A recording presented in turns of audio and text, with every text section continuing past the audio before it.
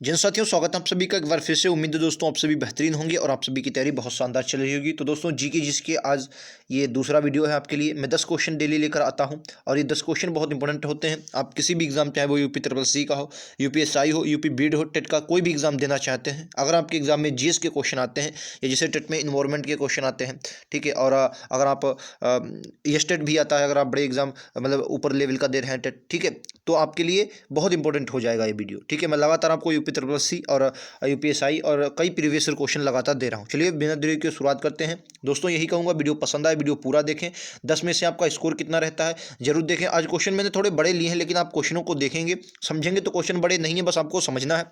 10 में से आपका स्कोर दोस्तों कितना रहता है लास्ट में मैं जरूर बताएं। वीडियो पसंद आए तो लाइक से सब्सक्राइब जरूर करें। चलिए पहला क्वेश्चन आप सभी की स्क्रीन पर है। क्वेश्चन क्या कह रहा है, ध्यान से पढ़ें, राइट आंसर देंगे। कह रहा है, भारत में मुगल साम्राज्य से संबंधित निम्नलिखित में से कथनों में से कौन सा क्वेश्चन सही है।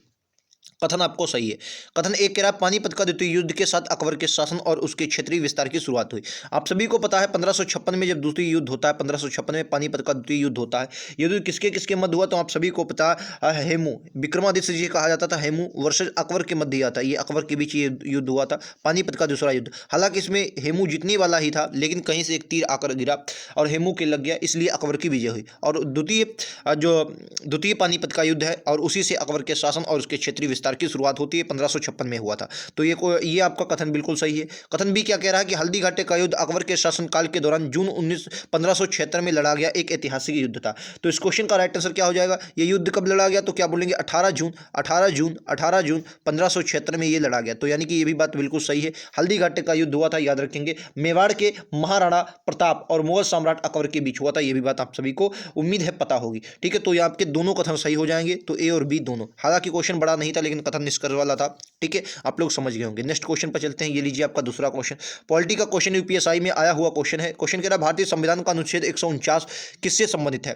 अनुच्छेद 149 किससे संबंधित है। अगर मैं अनुच्छेद 148 की बात करता हूं तो आप सभी को पता होगा, अनुच्छेद 148 में भारत का नियंत्रक एवं महालेखा परीक्षक की बात करता है, सीएजी की बात करता है, नियंत्रक एवं महालेखा परीक्षक की बात करता है। और अगर मैं 149 की बात करता हूं तो 149 साफ साफ अनुच्छेद कहता है, अनुच्छेद 149 कहता है कि भारत के नियंत्रक एवं महालेखा परीक्षक के कर्तव्य और उसकी शक्तियों का जो वर्णन है वो आपको अनुच्छेद 149 में देखने को मिलता है। अगर मैं सीएजी की बात करता हूँ, इसका विस्तार कहाँ से है तो 148 से 151 तक आप इसका विस्तार देखते हैं। इसका विस्तार मतलब इसके अनुच्छेदों को देखते हैं। उम्मीद है ये बात आप सभी को समझ में आ गई होगी। ठीक है, चलिए नेक्स्ट क्वेश्चन से पहले मैं कुछ अनुच्छेद आपसे पूछ लेता हूँ जो इंपॉर्टेंट है। जैसे अनुच्छेद 52 बहुत इंपॉर्टेंट है, याद रखेंगे। ठीक है, अनुच्छेद 76 भी बहुत इंपॉर्टेंट है। अनुच्छेद 52 के अलावा मैं आपसे राष्ट्रपति से संबंधित और भी अनुच्छेद 53 पूछ लूँ, अनुच्छेद 54 पूछ लूँ, अनुच्छेद 55 पूछ लूँ, 60 भी बहुत इंपॉर्टेंट है, 61 भी बहुत इंपॉर्टेंट है। तो बताइए राष्ट्रपति से संबंधित कुछ अनुच्छेद हैं। तो अनुच्छेद 52 में राष्ट्रपति के पद की चर्चा है। आर्टिकल क्षेत्र की अगर बात करता है तो महान्यायवादी की बात है, क्या है, महान्यायवादी की बात की गई है। उम्मीद है आप सभी को पता होगी। अगर मैं बात करता हूँ 53 में तो राष्ट्रपति कार्यपालिका का प्रमुख हो, ये बात कही गई, राष्ट्रपति जो है वो कार्यपालिका का प्रमुख होगा, याद रखें 53 में। 54 में निर्वाचन की बात करता है, क्या है दोस्तों, निर्वाचन मतलब निर्वाचन जो है 54 में करता है। ठीक है, निर्वाचन का तरीका, निर्वाचन की रीति जो है, निर्वाचक मंडल है वो 54 में, निर्वाचन की रीति जो है वो आपको 55 में है कि कैसे निर्वाचन होगा, कौन कौन इसमें शामिल होंगे, वो आपका 54 में है, लेकिन निर्वाचन कैसे होगा 55 में। 60 में राष्ट्रपति की शपथ है, बहुत इंपॉर्टेंट है, याद रखेंगे। 61 में महाभियोग है, राष्ट्रपति पर क्या है, महाभियोग की अगर बात करता हूं तो वो 61 में आता है, आप सभी को उम्मीद है पता होगा। नेक्स्ट क्वेश्चन पर चलते हैं। ये लीजिए आपका अगला क्वेश्चन। क्वेश्चन के बाद निम्नलिखित में से कौन सा बंदरगाह भारत के पूर्वी तट पर स्थित है। अगर मैं भारत के पूर्वी तट और पश्चिमी तट को बनाना चाहता हूं, ठीक है, तो आप देखते हैं।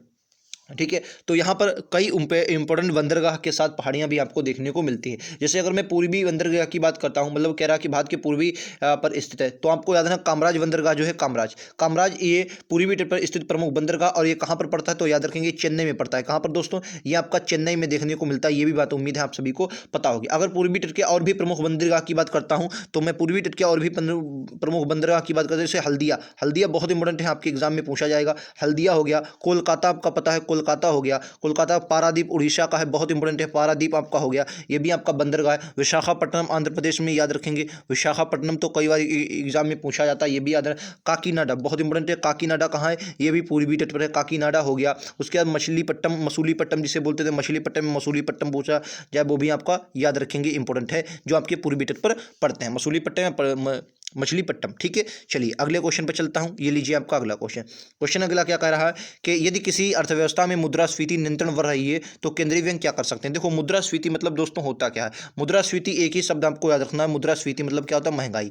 महंगाई महंगाई देखिए, ठीक है, महंगाई होता है मुद्रास्फीति। अब मान लिया लगातार महंगाई दोस्तों बढ़ रही है तो क्या करेंगे। देखो आपने दरें पढ़ी होंगी, एक होता है रेपो रेट दर, एक होता है रिवर्स रेपो रेट दर, एक होता है रिवर्स रेपो रेट दर। अच्छा रेपो रेट दर होती क्या है, देखो आरबीआई होती है, आरबीआई आरबीआई होती है, आरबीआई आरबीआई से कोई वाणिज्यिक बैंक, कोई वाणिज्यिक बैंक जो होता है, वाणिज्यिक बैंक जो होते हैं, अगर कुछ समय के लिए अगर पैसा उधार लेते हैं तो वो दर जो होती है वो रेपो रेट दर होती है। रेपो रेट दर उसे क्या बोलते हैं, रेपो रेट, आरआर बोला जाता है। ठीक है, उसे रेपो रेट दर बोला जाता है। क्लियर है। अच्छा अब क्वेश्चन ये भी बनेगा कि भाई इसका कार्य क्या। देखिए अगर मैंने मान लिया कि बैंक ने, वाणिज्यिक बैंक ने क्या किया, रेपो रेट मान लिया, वाणिज्यिक बैंक ने पैसा लिया 100 रुपया उधार मांगे। क्या है, मैं आपसे पूछूं कि 100 रुपया उधार मांगे वाणिज्यिक बैंक ने, तो आरबीआई ने क्या बोला कि, आरबीआई ने बोला कि मैं आपसे 5% ब्याज लूंगा। मैं बोला रेपो रेट है, बोला कि 5% ब्याज लूंगा। तो यानी कि आरबीआई ने अगर 100 रुपया ब्याज लिया, 5% मतलब इसका रेपो रेट हो गया, 5% ब्याज पर तो आरबीआई 100 रुपया ले लेगा। लेकिन अगर आरबीआई ने क्या कह दिया कि अब भैया, अच्छा एक बात बताइए, जो 100 रुपये मिले हैं वाणिज्यिक बैंक, इनको क्या करेगा, इनको ये जनता को दे देगा भाई, उधार दे देगा। क्योंकि वाणिज्यिक बैंकों का काम क्या होता है, जमा स्वीकार करना और जनता को उधार देना। तो भाई ये उधार, जनता को उधार दे सकती है और ये जनता क्या करेगा, यही उधार के पैसे का जनता भैया क्या करेगा, सामान खरीदेगा। अगर सामान खरीदेगा तो भैया अगर जनता के पास ये 100 रुपये आएंगे तो कहीं ना कहीं वो सामान खरीदेंगे, और वस्तुएं तो सीमित हैं। अगर वस्तुएं दोस्तों सीमित हैं तो ये सामान जो खरीदा है ये क्या है, महंगाई को बढ़ाएंगे। महंगाई को बढ़ाएंगे कि नहीं, बिल्कुल महंगाई को बढ़ाएंगे। इसी तरीके से अगर मैं बात करता हूं कि आरबीआई ने कह दिया अब मैं ब्याज अगर दूंगा तो 10% पे दूंगा, तो 10% पर दूंगा, यानी कि अब क्या किया, वाणिज्यिक बैंकों से पैसा 10% जा रहा, पहले तो 5% जा रहा। तो वाणिज्यिक बैंक क्या कहेंगे, हम भैया पैसे नहीं लेंगे, या तो लेंगे नहीं, या तो मात्र 50 रुपया ले लेंगे कि भैया हमें ब्याज की कम जरूरत है, 50 रुपया हमको ब्याज दो। तो बताओ अगर ये 50 रुपया देंगे तो भैया जनता में क्या है, जनता में मात्र पहले 100 रुपया जाता था, लेकिन 50 रुपया जाता। अब एक बात बताइए, अगर इसने 10% लिया, और जो वाणिज्यिक बैंक होती है पैसा कहाँ से पैदा करती है, तो आपको पता है, एक बात हमेशा याद रखना, वाणिज्यिक बैंक लोगों से जो उधार लेता है उससे, क्योंकि इन्हें 10% यहाँ देना, तो वाणिज्यिक बैंक क्या कहेंगे, हम आपको 12% पर देंगे, क्योंकि 2% तो वाणिज्यिक बैंक को भी चाहिए, तो 12% पर पैसा देना होगा। और यही 2% तो भैया जनता को लगेगा कि ज़्यादा पैसा लग रहा है, तो जनता पैसा उधार लेगा नहीं, और उसका भैया क्या होगा, तो भैया जो सामान नहीं खरीदेंगे तो भैया मुद्रास्फीति यानी महंगाई भी नहीं बढ़ेगी। तो यानी कि क्या होगा, रेपो रेट दर में अगर वृद्धि की जाती है तो कुल मिलाकर, उम्मीद है ये आपको कॉन्सेप्ट पता होगा, मैंने कुछ कॉन्सेप्ट आपको समझाने की कोशिश भी की है। तो यानी कि रेपो रेट अगर वृद्धि कर दी जाती है तो आपकी मुद्रास्फीति जो नियंत्रण बढ़ रही है, तो केंद्रीय बैंक रेपो रेट में वृद्धि कर सकते हैं और आपकी मुद्रास्फीति कम हो जाएगी। ठीक है, आइए नेक्स्ट क्वेश्चन पर चलते हैं। ये लीजिए आपका अगला क्वेश्चन, राइट आंसर क्या होगा आप सभी को बताना है। कह रहा है छोटे समुद्र में रहने वाले जीव, पादप प्लावक, इन्हें फाइटोप्लैंक्टन कहते हैं, खाद्य जाल के किस पोषी। देखो अगर आप इन्वायरमेंट इकोलॉजी पढ़ी होगी आपने, तो उसमें देखने आपको दो जीव देखने, एक फाइटोप्लैंक्टन होते हैं, जूप्लैंक्टन होते हैं। ये क्या होते हैं, जूप्लैंक्टन होते हैं। ये क्या होते हैं, जूप्लैंक्टन होते हैं। एक फाइटोप्लैंक्टन, एक जूप्लैंक्टन। फाइटोप्लैंक्टन जो होते हैं ये पादप होते हैं, और जबकि जूप्लैंक्टन होते हैं जीव होते हैं, जीव होते हैं। ठीक है, जीव या जंतुओं के रूप में होते हैं, ठीक, जंतुओं के रूप में होते हैं। फाइटोप्लैंक्टन अगर क्या है, मैं आपको देसी भाषा में समझाऊं तो अपने गांव, अगर गांव देहात में रहते होंगे या शहर में भी रहे होंगे, तो जो नाले वगैरह होते हैं उनमें आपने देखा तालाब जो होते हैं, तालाब अगर तालाब होता है, तालाब में काले हरे हरे छोटे छोटे बहुत हरे हरे पत्तियां, ऐसी बहुत छोटी छोटी पत्तियां होती हैं, वही आपकी क्या होती है, वही फाइटोप्लैंक्टन होती हैं। और ये कैसी, ये प्राथमिक उत्पादकता होती है, यानी कि क्या भैया इन पर कोई निर्भर, बिल्कुल जो आपके जूप्लैंक्टन होते हैं, जूप्लैंक्टन जो आपके जीव हो सकते हैं, जंतु भी हो सकते हैं, छोटे बहुत छोटे जंतु होते हैं, जीव जंतु हो सकते हैं छोटे छोटे। ठीक है, ये इनको क्या कहते हैं, फाइटोप्लैंक्टन को खाते हैं। अगर खाते हैं तो ये प्राथमिक उत्पादक हो जाएंगे, इसी द्वितीय उत्पादक हो जाएंगे, क्योंकि फाइटोप्लैंक्टन को भी बड़ी मछलियां क्या होती हैं, बड़ी मछलियां जो होती हैं वो जूप्लैंक्टन को खाती हैं। ठीक है, और कई जो मछलियां होती हैं वो फाइटोप्लैंक्टन भी, कई मछलियां क्या होती हैं, कई मछलियां जो होती हैं वो फाइटोप्लैंक्टन को भी खाती हैं। ठीक है, तो याद रखेंगे, उम्मीद है ये बात आपको समझ गए होंगे। तो फाइटोप्लैंक्टन जो होते हैं वो क्या होता है, ये प्राथमिक उत्पादक के रूप में काम करते हैं। ठीक है, आइए नेक्स्ट क्वेश्चन पर चलता हूं। अगला क्वेश्चन ये लीजिए कि रहा है 2024 में ग्रीष्म ओलंपिक खेल किस शहर में खेले जाएंगे। ग्रीष्म ओलंपिक 2024 कहाँ खेले जाएंगे। इस क्वेश्चन का राइट आंसर क्या हो जाएगा, उम्मीद है आप सभी को पता होगा, फ्रांस के पेरिस में ये खेल खेले जाएंगे। कहाँ पर दोस्तों, फ्रांस के पेरिस में। क्या भैया पेरिस में पहली बार नहीं, इससे पहले भी पेरिस कई बार, सन 1900 में पेरिस में हुए हैं ओलंपिक, और 1924 में 1900 में और 1924 में, और अब की बार 2024 में फिर से, यानी कि तीसरी बार अवसर मिलेगा किसको भाई, किसको मिलेगा तीसरी बार अवसर, बिल्कुल ग्रीष्म ओलंपिक जो होंगे पेरिस को। ठीक है, फ्रांस। अच्छा उम्मीद है आपको ये भी बात पता होगा कि अब की बार मैं अगर करंट से इसको जोड़ना चाहूँ तो ग्रीष्म ओलंपिक 2024 जो होंगे उसमें भारत की तरफ से ध्वजवाहक जो बनेंगे वो कौन बनेंगे, आपको ये भी बात याद रखनी है। ये भी बात करंट से रिलेटेड जो अभी करंट का मुद्दा है ये आपको उम्मीद है पता होगी, तो उसको जरूर देखें। कमेंट बॉक्स में आपको क्वेश्चन बताना है, ठीक है। अभिनव बिंद्रा नहीं पता है तो मैं आपको बताता, अभिनव बिंद्रा जो होंगे जिन्होंने व्यक्तिगत पहला मेडल जीता था, अभिनव बिंद्रा जो होंगे वो ध्वजवाहक के रूप में कार्य करेंगे पेरिस ओलंपिक 2024 में। 1900 में पेरिस में हुए, 1924 में भी हुए और अब की बात 2024 में पेरिस में ओलंपिक खेले जाएंगे, ठीक है। नेक्स्ट क्वेश्चन पे चलता हूँ। अगला क्वेश्चन कह रहा है निम्नलिखित में से कौन सा वसा में घुलनशील विटामिन है। अगर मैं पानी में घुलनशील की बात करता हूँ तो बी और सी जो है, बी और सी जो है ये पानी में घुलनशील विटामिन है, पानी में घुलनशील विटामिन है। विटामिन डी जो है आपका वसा में घुलनशील हो जाएगा। विटामिन डी के अलावा वसा में घुलनशील ए विटामिन होता है, डी विटामिन हो गया आपका, ई विटामिन हो गया आपका, के विटामिन, ये जो है वसा में घुलनशील होते हैं और बाकी जो आपके जल में होते हैं बी और सी जो है वो जल में घुलनशील होते हैं, ठीक है। नेक्स्ट क्वेश्चन पर चलता हूँ। अगला क्वेश्चन आपका ये रहा, निम्नलिखित में से कौन सी पहाड़ियाँ पश्चिमी घाट का हिस्सा नहीं है। तो पश्चिमी घाट का कह रहा हिस्सा है, पश्चिमी घाट का हिस्सा है। तो इन्हें अगर मैं पहाड़ियों की बात करता हूँ, देखो ये आपका सिक्किम हो जाएगा, इस तरीके से आपका अरुणाचल, एक मिनट दोस्तों, ये आपका ये मान लिया ये मैंने सिक्किम बना दिया और ये आपका भूटान है। इस तरीके से अगर आप आएंगे अरुणाचल प्रदेश, इस तरीके से आपको देखने को मिलता है ये वाला, ठीक है। ये आपका बांग्लादेश हो जाएगा, ठीक है। तो अगर मैं यहाँ पर बनाना चाहता हूँ इसे पश्चिमी आपके पूर्वी भारत की सबसे, देखिए आपने क्या देखा, यहाँ आपका आता है हिमालय, यहाँ पर हिमालय आता है, फिर उसके बाद आता है आपका मध्य हिमालय जो टुकड़ों के रूप में, और मध्य हिमालय के बाद शिवालिक हिमालय आता है, शिवालिक हिमालय। तो आपको ये बात याद रखना है, अरुणाचल प्रदेश में शिवालिक हिमालय और मध्य हिमालय आ जाता है एक में, और हिमालय का ये जो विस्तार है ये हिमालय के रूप में नहीं बल्कि टुकड़ों के रूप में होता है अरुणाचल प्रदेश में। अगर मैं इस तरीके से अरुणाचल प्रदेश को बनाना चाहता हूं तो अरुणाचल प्रदेश में सबसे पहले आबोर मिलेगा। ये क्या होता है, आबोर नहीं सॉरी डाफला, ये इस चोटी को क्या कहते हैं, डाफला कहते हैं, डाफला। डाफला के बाद आपको आता है डाफला अब मिरी, फिर इसके बाद डाफला के बाद आता है मिरी, डाफला मिरी, फिर आती है आबोर, फिर कौन सी आती है आबोर, फिर आती है आबोर, आबोर डाफला मिरी आबोर, फिर उसके बाद कौन सी आती है मिशमी, मिशमी कौन सी आती है मिशमी। ये चार चोटियां अरुणाचल प्रदेश में देखने को मिलती हैं। फिर अरुणाचल प्रदेश और म्यांमार की सीमा पर, अरुणाचल प्रदेश और म्यांमार की सीमा पर आपको एक चोटी देखने पहाड़ी देखने को मिलती है, चोटी नहीं माफ़ी चाहेंगे, पहाड़ी देखने को मिलती है। इसको बोलते हैं, इसको क्या बोलते हैं, अराकान योमा, अराकान योमा जो म्यांमार और अरुणाचल प्रदेश की मतलब भारत की सीमा बनाती है, अराकान योमा, ठीक है। उसके बाद अराकान योमा श्रेणी है, ये अराकान योमा पूरी श्रेणी है। और जबकि अगर इस पहाड़ी की बात करता हूँ, माफ़ी चाहेंगे, अराकान योमा तो पूरी श्रेणी हो जाएगी। इसको क्या बोलेंगे, पटकाई बूम, इसके क्या बोलेंगे, पटकाई बूम, इसको बोलेंगे पटकाई बूम, क्या बोलेंगे, इसको पटकाई ब्रूम बोलते हैं, ठीक है। अच्छा, उसके बाद नागालैंड में नागा हिल्स हो जाएगा, मणिपुर में मिजोरम में मिजो हिल्स हो जाएगी, त्रिपुरा में त्रिपुरा हिल्स हो जाएगी, इस तरीके से, ठीक है। यहाँ पर आपका असम, यहाँ पर आपका ये वाला असम का हिस्सा है, ये वाला अगर मैं बात करता हूँ ये मेघालय आपका हो जाएगा। और यहाँ पर ये वाला असम में दो आबोर और मिसमी, क्या बोलेंगे, आबोर और मिसमी, नहीं आबोर नहीं, बरेल की पहाड़ियाँ, बरेल ये असम में मिलेंगी। असम में जो है, असम में जो पहाड़ियाँ मिलेंगी, बरेल की पहाड़ियाँ बहुत इंपॉर्टेंट है, बरेल की पहाड़ियाँ ये कहाँ पर मिलेंगी, असम में मिलेंगी, याद रखेंगे।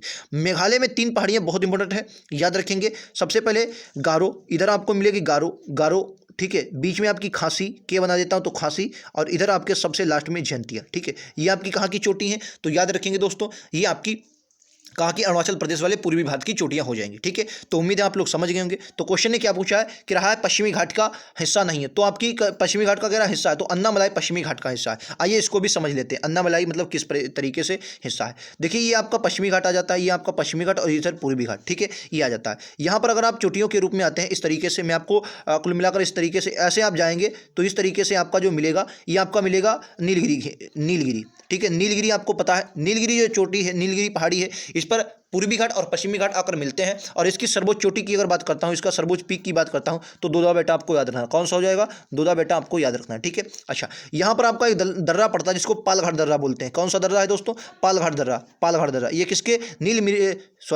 ये तो कट गया यार, नीलगिरी, ये आपका नीलगिरी हो जाएगा, नीलगिरी। ये आपका पालघाट दर्रा है, ये कौन सा दर्रा है, पालघाट, ये आपका पालघाट दर्रा है। और पालघाट दर्रे और यहाँ पर आपको चोटी जो देखने को मिलेगी वही आपकी अन्नामलाई है। कौन सी है, अन्नामलाई,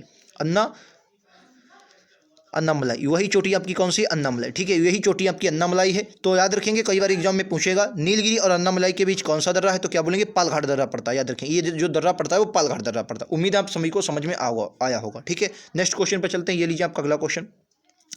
कह रहा भारत के राष्ट्रपति के चुनाव में भाग लेता है निर्वाचक मंडल। भारत के जो राष्ट्रपति का निर्वाचक मंडल है वो निर्वाचक मंडल अनुच्छेद 54 में आपको देखने को मिलता है। अनुच्छेद 54 में भारत के निर्वाचक मंडल की बात करते हैं। अगर मैं बताऊं राष्ट्रपति के निर्वाचन में कौन कौन शामिल होता है तो आपको याद रखना है लोकसभा के सभी निर्वाचित सदस्य, राज्यसभा के सभी निर्वाचित सदस्य, सभी राज्य की विधानसभाओं, सभी जितने भी राज्य हैं उनकी विधानसभा जो होते हैं विधानसभा के निर्वाचित सदस्य। कैसे सदस्य? निर्वाचित, ना कि मनोनीत, सिर्फ कैसे? निर्वाचित सदस्य। ठीक है। उसके बाद दिल्ली और पांडुचेरी केंद्र शासित प्रदेशों में मात्र 2, दिल्ली और पुडुचेरी के विधानसभा के दिल्ली और पुडुचेरी के विधानसभा के निर्वाचित सदस्य याद रखेंगे। ये आपके राष्ट्रपति के चुनाव में भाग लेते हैं। आइए अब ऑप्शनों के तरीके से देखते हैं। संसद और राज्यों की विधानसभाओं के दोनों सदनों के निर्वाचित सदस्य, संसद के दोनों सदनों के निर्वाचित सदस्य और मनोनीत सदस्य, गलत हो जाएगा, मनोनीत नहीं होगा।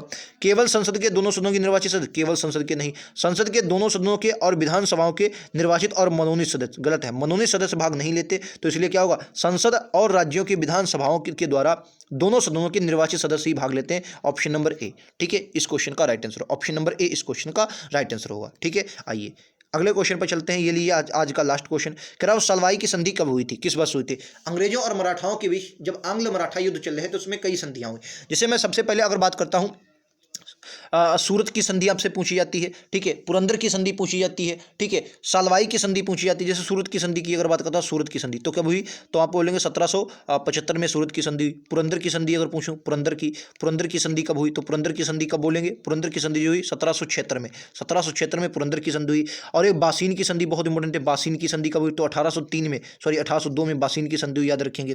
ठीक है। अगर आपसे कौन सी एक संधि बहुत इंपॉर्टेंट है? पूना की संधि, ग्वालियर और पूना की संधि अगर पूछ ली, ग्वालियर और पूना इन दोनों की संधियां पूछी है तो ये हुई थी 1818 में। ग्वालियर और पूना की दोनों की संधियां ये 1818 में हुई थी, ये भी बातें याद रखनी है। क्वेश्चन ने पूछा सालवाई की संधि, क्या बोलेंगे? 1882 में हुई थी, याद रखेंगे। सालवाई की संधि कब हुई थी? 1882 में हुई थी। उम्मीद है ये वीडियो आपको समझ में आया होगा, अच्छा लगा होगा। ये 10 प्रश्न थे, उम्मीद है 10 में से आपने अच्छा स्कोर किया होगा। कितना स्कोर किया कमेंट बॉक्स में जरूर बताएं। लगातार ऐसा ही वीडियो, ऐसे ही सोल्यूशन के लिए आप हमें जरूर फॉलो कर सकते हैं। चैनल को सब्सक्राइब कर लें, लाइक शेयर सब्सक्राइब जरूर करें। मिलते हैं अगले वीडियो में। आज के लिए इतना ही। थैंक यू दोस्तों। जय हिंद, जय भारत।